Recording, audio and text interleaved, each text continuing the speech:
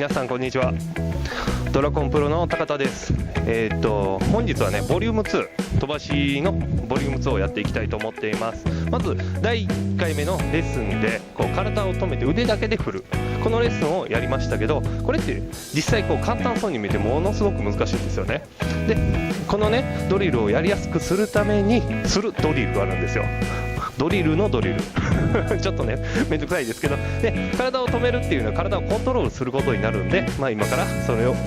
できるようなドリルをやっていきます。でまず先ほど通り構えてもらって、綺麗なアドレスですね。はい、下半身固めて上半身もしっかり固めてくる。で腕だけで打ちたい。でもこうやって回転して揺すったりしてしまうので、最初からね右足のつま先をちょっと上げます。でこの時に気をつけてほしいのは上げちゃうとね左に体重を乗せちゃう人って結構いるんですけど、なるべくこの最初のアドレスの形、この足の形のままつま先を上げるだけで、この状況で打っていきます。で息打ってみます。はい、このように不安定な状況を作ることによって体がどういう風に動いているのかっていうのが分かってくると思うので、このドリルも試してやってみてください。はい、どうもゆうたろうでした。